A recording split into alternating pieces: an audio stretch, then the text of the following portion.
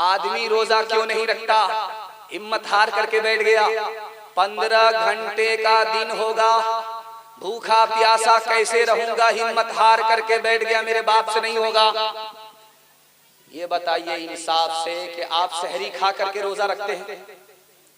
सहरी का दाना और पानी कब तक रहता है पेट में? 10 बजे दिन तक। उसके बाद आप सो जाते हैं, नहा लेते हैं, जोहर का वक्त हो जाता, फिर आप सो जाते हैं, असर का वक्त हो जाता। अब आपको भूख प्यास लगती है, कितनी देर का रोजा? अल्लाह के बंदे हिम्मत करो, रोजा रखना आसान। रोजा नहीं रखते, गुस्ताखी करते हैं कि हमारे पास इल्म है, हमको रोजा रखने की जरूरत नहीं है। जो जाहिल है वो रोजा रखे, जिसके घर में दाना नहीं है वो रोजा रखे, हमसे भूखा मरा नहीं जाता। आपने ये जुमला गुस्ताखी का ज़बान से निकाला, सीने से ईमान रुखसत हो गया। हाथ जोड़ करके मैं आपसे कहता हूँ, रोजा रखना है रखिए, नहीं रखना मत रखिए, लेकिन गुस्ताखी मत कीजिए। गुस्ताखी से बचेंगे, ईमान बचेगा। गुस्ताखी करेंगे, सीने से ईमान रुखसत हो जाएगा। और दूसरी बड़ी कोताही हम क्या करते हैं? हमारा बच्चा रोजा रख करके बैठा हुआ है, हम कहते हैं कि बेटा रोजा मत रखो, तुम्हारी शादी होने वाली है, कमजोर हो जाओगे। बच्चे ने रोजा तोड़ दिया, बच्चा गुनहगार नहीं हुआ, आप गुनहगार। बच्चा रोजा रखे, बच्चा रोजा तोड़े, आप गुनहगार नहीं होंगे। लेकिन बच्चे ने रोजा रख लिया है, आपने तोड़वा दिया, बच्चा गुनहगार नहीं होगा, आप गुनहगार। अभी सब कुछ ठीक ठाक चल रहा है, शाबान है। जब शाबान खत्म होने वाला होगा तो एक पोटली दवाई लग करके टेबल पर रख लेते हैं, एक पोटली दवाई, और रोजा नहीं रखते। तो समधी आकर के पूछता है कि समधी रोजा नहीं रखते, क्या कीजिएगा? प्रेशर भी है, शुगर भी है, बीमार है। ये सब बहाना दुनिया से चलेगा, दुनिया के बनाने वाले खुदा से नहीं चलेगा। एक मिसाल पर पैगाम खत्म कर रहा हूं, ध्यान से सुनिएगा। जलसे में मौलाना ने मसला बताया, जिसने अपनी आंख से चांद को देखा उस पर रोजा फर्ज हो गया। जलसा में एक समझदार आदमी था, वो बोला कि मैं चांद देखूंगा। सर गाड़ करके चलता था, सर उठाता ही था। उसको इस्तिंजा की हाजत हुई, चला गया जंगल में। जब इस्तिंजा कर लिया तो तहारत के लिए पानी के पास आया। चांद आसमान में था, उसका अक्स पानी में नजर आ रहा था। जैसे ही पानी पर हाथ बढ़ाया, चांद नजर आ गया। तो कहता है तौबा तौबा, सब कुछ बेकार हो गया। जिससे पीछा छोड़ाना चाहता था उसने पीछा नहीं छोड़ा, आखिर पकड़ ही लिया। इल्म को ज़ीस्त का उन्वान बनाए रखना, तुम किताबों से सदा घर को सजाए रखना, तुम किताबों से ये जिहालत के अंधेरे तो पिघल जाएंगे, ये जिहालत के अंधेरे तो पिघल जाएंगे। शम्मे इल्म अदब यूं ही जलाए रखना, शम्मे इल्म। बड़ी तेजी के साथ निकल गया। मैं तो चाहता हूं कि अभी दुआ हो जाए, लेकिन मैं भी खत्म कर दूंगा। 5-10 मिनट अगर प्रोग्राम को आगे नहीं बढ़ाऊंगा तो बहुत सारे लोग जो सुनने वाले हैं, प्यासे हैं, उनको शिकायत हो जाएगी। 5-10 मिनट के लिए और सुनने के लिए तैयार है? एक बार जोश के साथ हाथ उठाइए इंशाअल्लाह। ध्यान से सुनिएगा, तेजी के साथ चल जाएगा।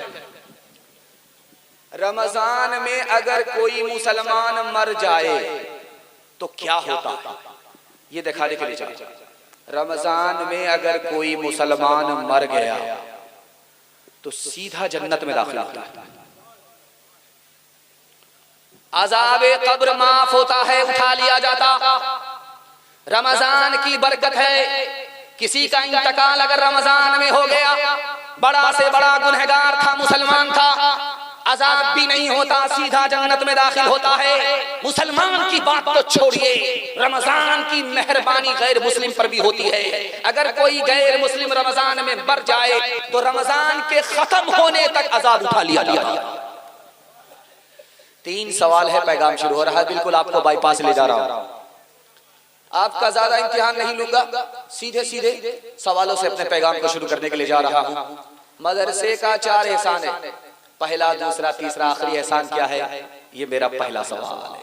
दूसरा सवाल है, आपका एक ही बच्चा हाफिज भी बनेगा, मास्टर भी बनेगा, बहुत अच्छा माइक है भाई, बेमिसाल माइक है, बहुत अच्छी सर्विस दे रहा है, अल्लाह जज़ाए खैर दे।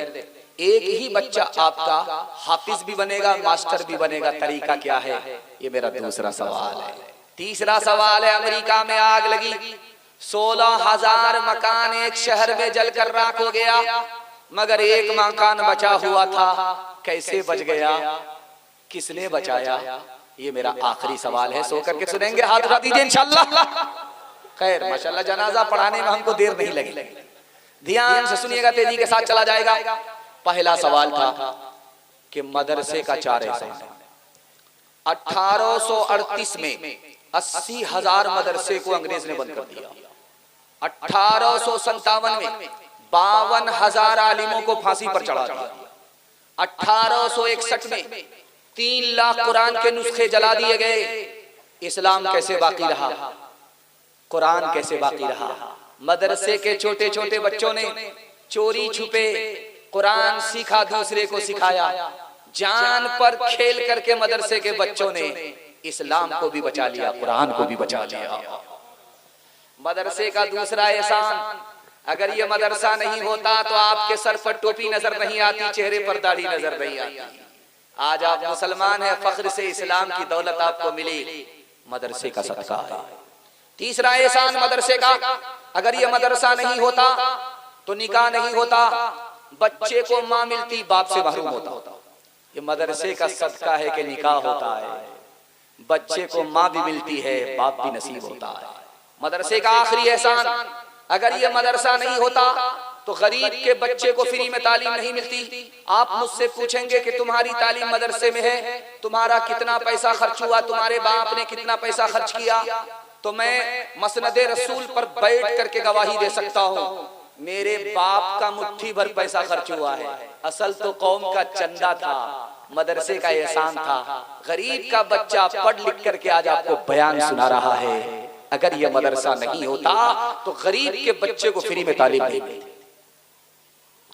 आपका एक ही बच्चा हाफिज भी बन जाएगा, मास्टर भी बन जाएगा। उसको ध्यान से सुनिएगा, 5 साल अपने बच्चे को आप स्कूल में पढ़ाइए, 5 साल। 5 साल के बाद उसको स्कूल से निकालिए, मदरसे में 3 साल के लिए दाखिल कर दीजिए।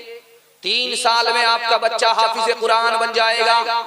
उसका दिमाग इतना तेज होगा जैसे पत्थर पर चाकू तेज होता। जो 3 साल का गैप हुआ, आप उस बच्चे को ट्यूशन कराइए, वो हर बच्चे को पीछे छोड़ देगा, सबसे आगे निकल जाएगा। जानते हैं क्यों? जिसके लिए कुरान आसान, उसके लिए दुनिया की कोई किताब मुश्किल नहीं हो सकती।